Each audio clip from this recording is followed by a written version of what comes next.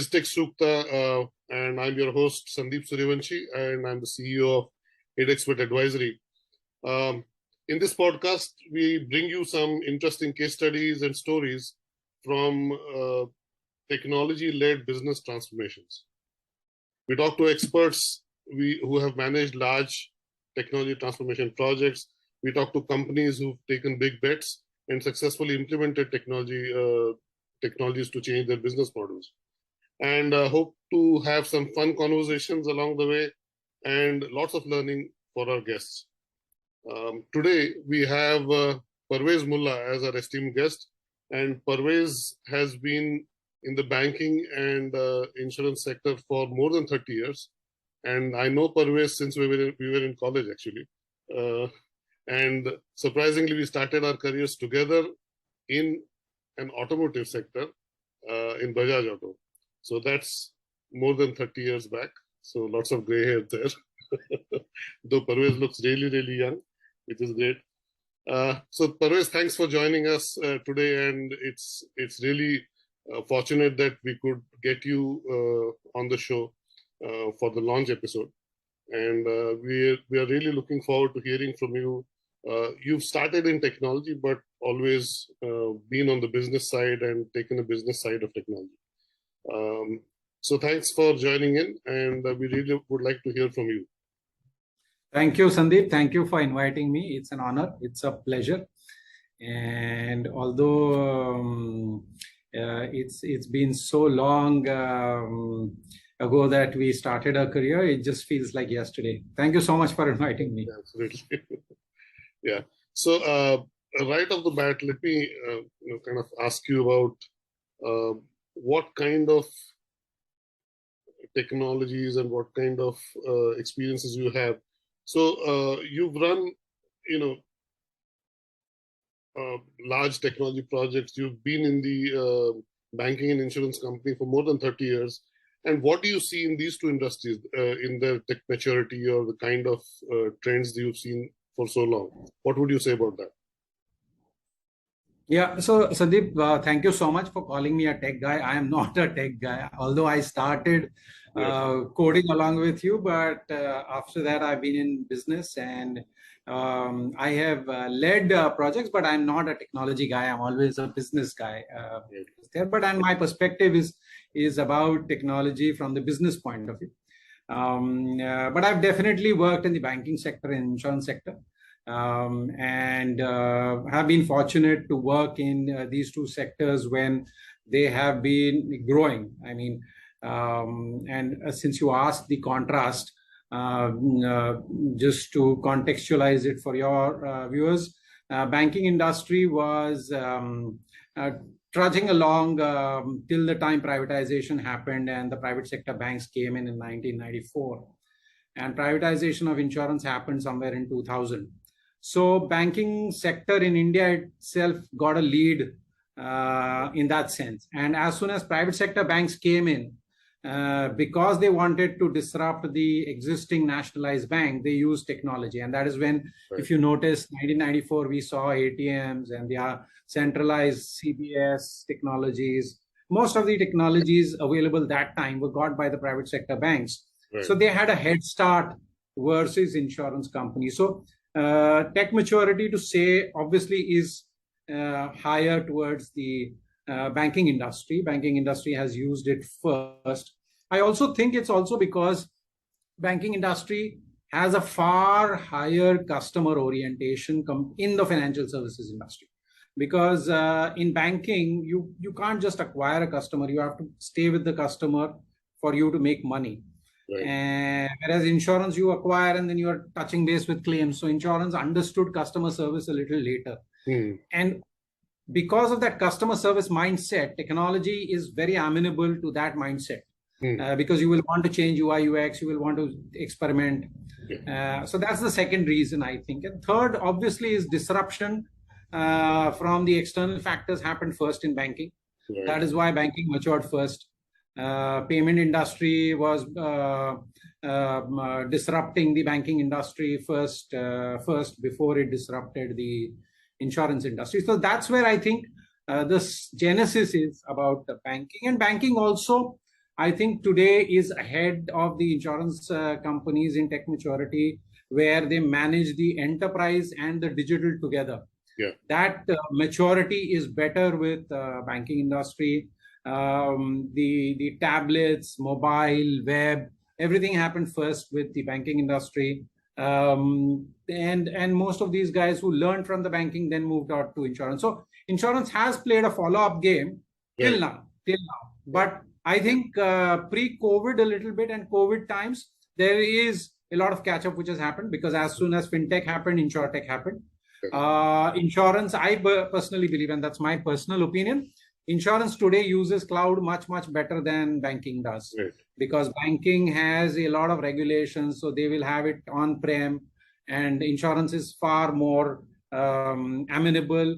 I also think AI as a domain is far more amenable to the insurance industry, because bread and butter of insurance is on underwriting and persistency and claims, and machine learning is very amenable to that kind of a this thing.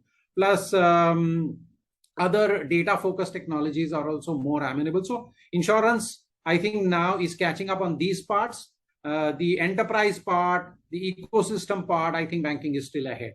Okay. But the insurtech teams will ensure, because the insurtech startups and the fintech startups are more or less similar. The use cases might be slightly different. So there will be the gap between the two is bridging, although banking has a head start. So that's my. Great, excellent. That's a great perspective on how both industries contrast and are similar, and the catching up game is really very interesting to map out.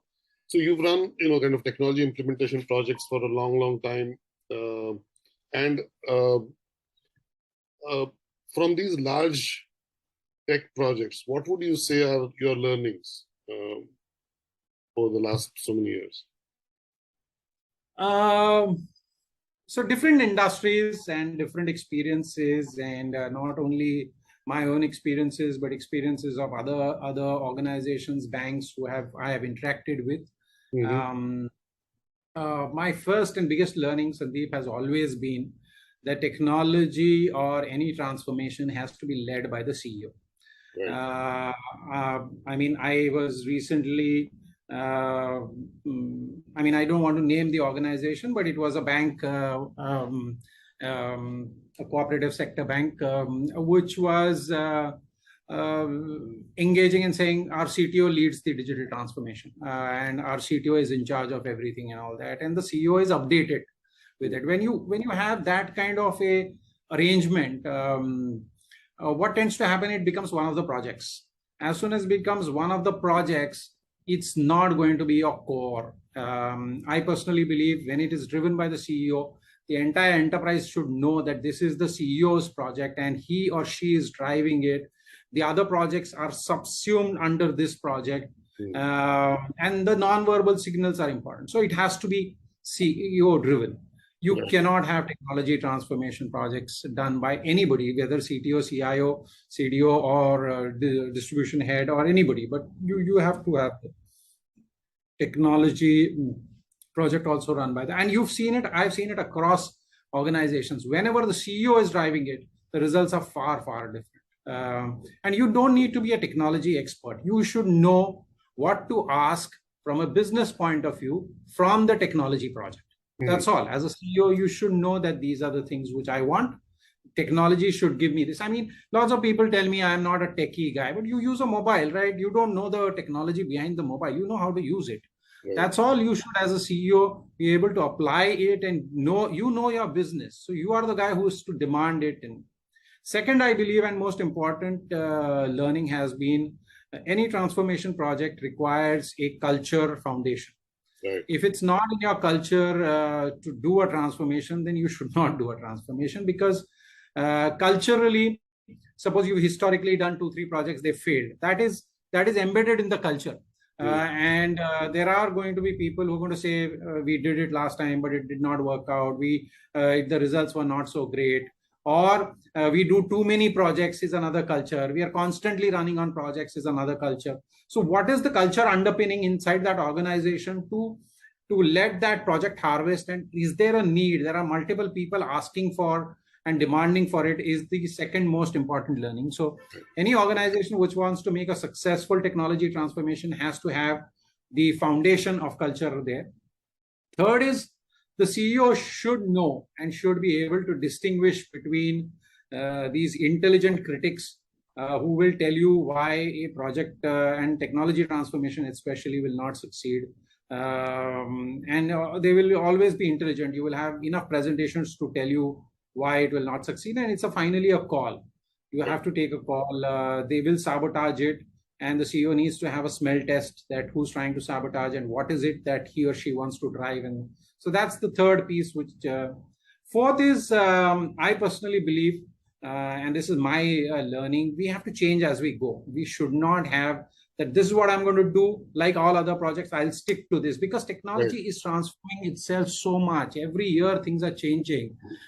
Even by the time you can finish your transformation of 2-3 years, most of the technology might be obsolete. You might be able to use that enterprise only for next 3 years, because 5 years, everything will be gone. So you should be able to dynamically input certain things as you go. You should not be rigid. Whosoever is advising you, whosoever is leading it along with you, should be able to get it. And once you are dynamic in that, then people are also understanding that the project is alive, responsive to see that. Next is, I think, celebrating victories is important, like in any project. You should celebrate small milestones. You should say first project will do this, 3 months we'll do this, 6 months we'll do this, because in a large 2-year time frame, people lose steam, lose heat, people resign, people join, and they are not in the same steam. So you need to create an environment, you need to create an atmosphere of victory before the final victory. And then even if you reach 80%, you should celebrate like a mega success, because even 80-90% of success in a transformation project is good enough. Commit to the outside world. You should commit yourself that I am doing a transformation. There's no point hiding it and saying hum kar rahe hain, end mein batayenge. Because once you commit, then people ask you, and then you're under pressure to live with it. And you should tell your investors, I'm doing this, this is what will happen, this is there, these are the milestones. Then checks and balances will remain with you in terms of saying that this is what I wanted to do, this is not happening. And a track tends to get built onto that. There will be excuses. Typically, the sales team will tell you our performance will go down because of digital transformation. The operations team will tell you because the typical operations team will be scared that they will lose people, or something like that will be put in their head. So they don't want to support it. So there will be people who will have agendas to not let a transformation happen, because typically long projects. This is what a leader, CEO should keep in mind. Is my biggest.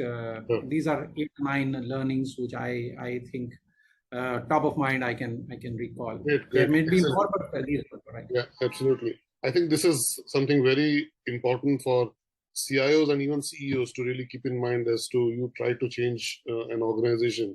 It's not just the tech implementation; if there's an organization changing along with it. So, as you're aware that fintech is really changing, as you mentioned, there is insurtech, there's fintech, be it UPI, blockchain, AI in general, or RPI, RPA kind of things. All of these are really revamping what it means to be a bank and what it means to be an insurer. So where do you see these trends taking the industry, and in general, specifically mid-size insurance companies or mid-size, maybe even cooperative banks? I think some of these technologies that you mentioned have matured, and their application and use cases are far more rampant today. And I think the startup boom has happened because of these technologies. We wouldn't have had a startup boom in India if these technologies wouldn't have matured. And these startups today have guts to even challenge an enterprise because of the maturity of these technologies. 5 years ago, 7 years ago, these technologies were just coming up, and they were not mature. The use cases were in R&D labs, and we didn't have any applications which were really scaled up. Today, it is available, and So I personally think the use cases are rampant. As I told you, cloud has been one of the foundations on which most of these enterprises have embarked upon. At least on the insurance side, I see most insurance companies embarking upon moving. It might be lift and shift today, but slowly they will get cloud embedded technologies inside, because the foundation stone is laid. And I think they are also doing the transformation for the right reason. Cloud is not being done for the cost reason. Otherwise, initial time when cloud was being talked about, it was as if it is going to do cost saving. But now it is for the right reasons, and that is important. Once that layer has been laid, I think banks as well as insurance companies are understanding the use and the applications of data much better. I know a lot of banks and who are cleaning up their data. They have a lot of data, but clean data is important. They have data stored in multiple systems. They're centralizing it, getting it into a data lake in whichever form that is there. Cloud has also enabled structured and unstructured data to stay. Otherwise, everybody had enterprise warehouse, which was only structured data. Now you're able to store your emails, you're able to store photographs and everything in one string. So the customer 360 view is actually genuinely customer 360, and most banks and insurance companies are aspiring to do that. So that's one stage where I think most private sector banks as well as private sector insurance companies have reached a stage where they've embarked on the cloud journey. They've taken that data decision. They're cleaning the data, centralizing the data, and creating strings of the customer so that they know more about the customer, both on the structured side and the unstructured side. So that is happening, and that is a very, very good thing. I think the use of AI is also rampant, and it is not showcase. It is actually being used in underwriting and credit decisioning. I can see across the board when I visited banks as well as insurance company, machine learning is used across. So they're taking historical decisions, putting it, cleaning it, and based on the historical decisions, can I get straight through, which is much better. So earlier, if they had a rule-based engine, now it is a machine learning-based engine. So from a rule-based engine, which was giving them 60% straight through, now it is giving them 80% straight through, which is a big jump. So it's not only analytics. It is that layer of machine learning which is coming on top of it. That is, they're using the decisions which were taken earlier and building onto that. Face recognition across the board, voice, text, all these AI pieces are being used by good private sector banks, and because I personally believe that on the conversation side, where chatbots are involved, chatbots on banking sites you will see have evolved. First, usually 5 years ago, when you spoke to a chatbot, it was only able to answer a level 1 query. Today, it answers a level 2, level 3 query. It is far more intuitive. That means the NLP engine of banks is getting stronger. Face recognition across branches is getting much better. They're using it to de-risk some of the payments that banks are doing. On the payment side, banks have used technology extensively. I think today the mobile apps of some of the banks are absolutely smooth, and the kind of things that they've embedded inside is remarkable. I mean, UPI plus the host of banking services on one app is remarkable. On the enterprise side, I think banks and insurance companies are talking about low code, how to ensure that people are spending less time coding and structuring the whole thing. So simplifying that architecture, making the architecture much more resilient, and figuring out RPA is rampant again. I have seen, and I know banks which are almost 60-70% of their backend operations on RPA. Insurance companies also having 50-60% of their backend on RPA. And the initial fear that RPAs will goof up and it will be a large scale error hasn't happened. It might have happened once or twice, but that is equal to a human error. And it has worked very, very smoothly. So in summary, Sandeep, I personally feel some of the technologies, banks and insurance companies have used it extensively. Few technologies like blockchain, I think whether blockchain, so as a technology, blockchain might have matured. And banks have tried using it in trade finance, and banks have tried using it in other domains. But blockchain also requires multiple parties to come together. Absolutely. So I don't know whether insurance companies want to come together and test the technology, because unless you have 5 or 10 insurance companies coming together, what's the point of that technology? So technology also needs social gathering to solve. So technology might be good, but if you're not going to come together, what's the point of it? I think like UPI infrastructure was set up by the government, and that has really leapfrogged the complete payments in a significant way. And I think India as a country has an advantage over so many others. I think blockchain is a similar kind of thing that government needs to really take the next step, and it seems to be in that in their vision to really do that. If there is a government-based blockchain implementation which is doing giving services, and banks can actually piggyback on top of that, that really plays significant role and will really leapfrog again in multiple other dimensions, and that would. You are right, and see, the government will have to come in. But if you look at how banks have done it, banks have not waited for the government on the trade side. Few banks have come together, and even an LC on a blockchain transaction is happening today. I mean, they've made that successfully done. And then the government will look at it and say, okay, fine, it's possible. So let me get all the other 100 banks together and make it possible.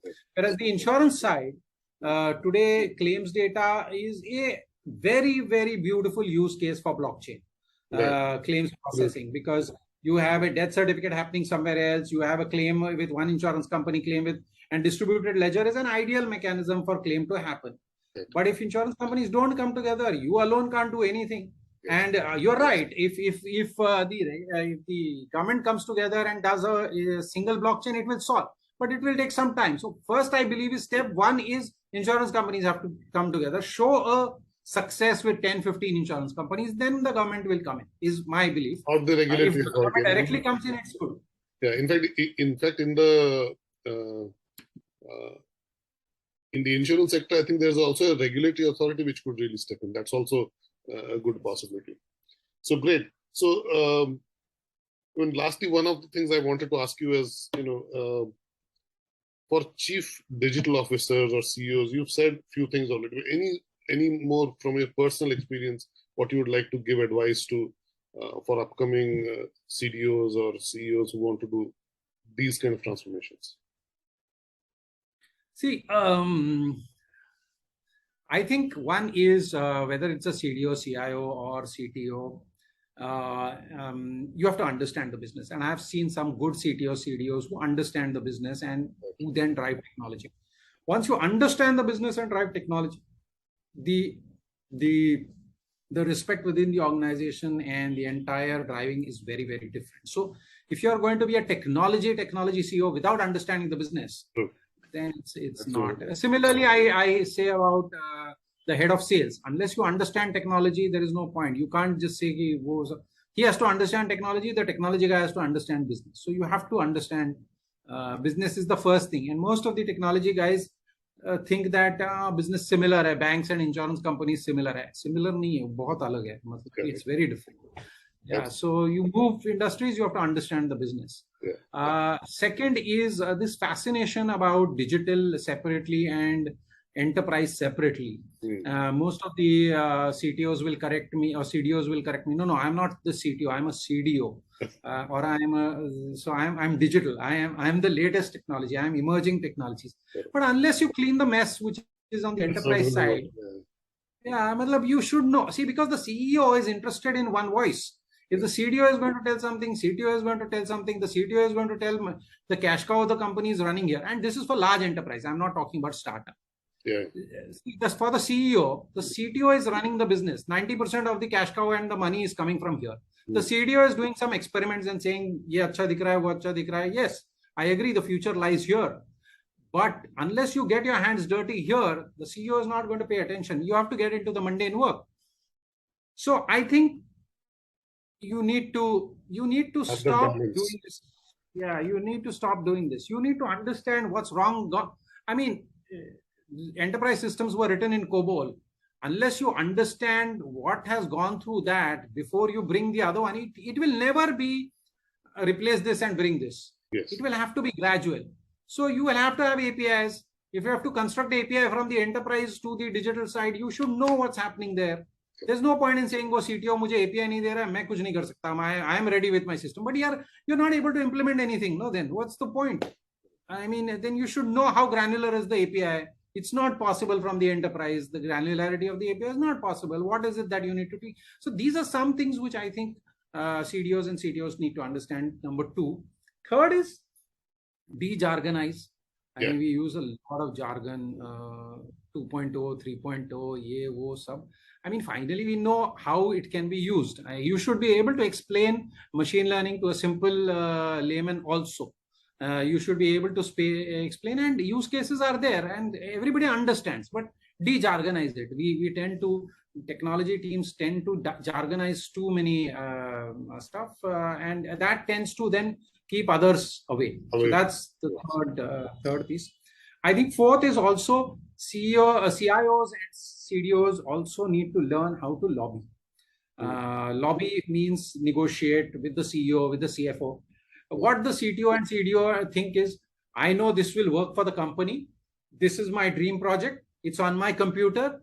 Who wants to see it, come and see it. I will present to you and then you implement it. Absolutely. Hey, Baba, you go and sell it? No. If you think it's strong, you have to then negotiate. You have to hear the other side.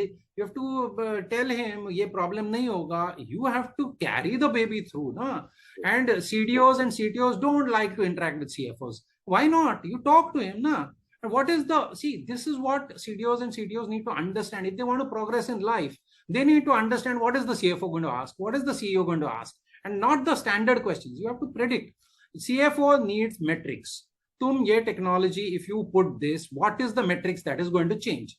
The CTO and CDO doesn't want to understand, answer that question. He says, that's not my responsibility. I'll put this and I can't do a causal.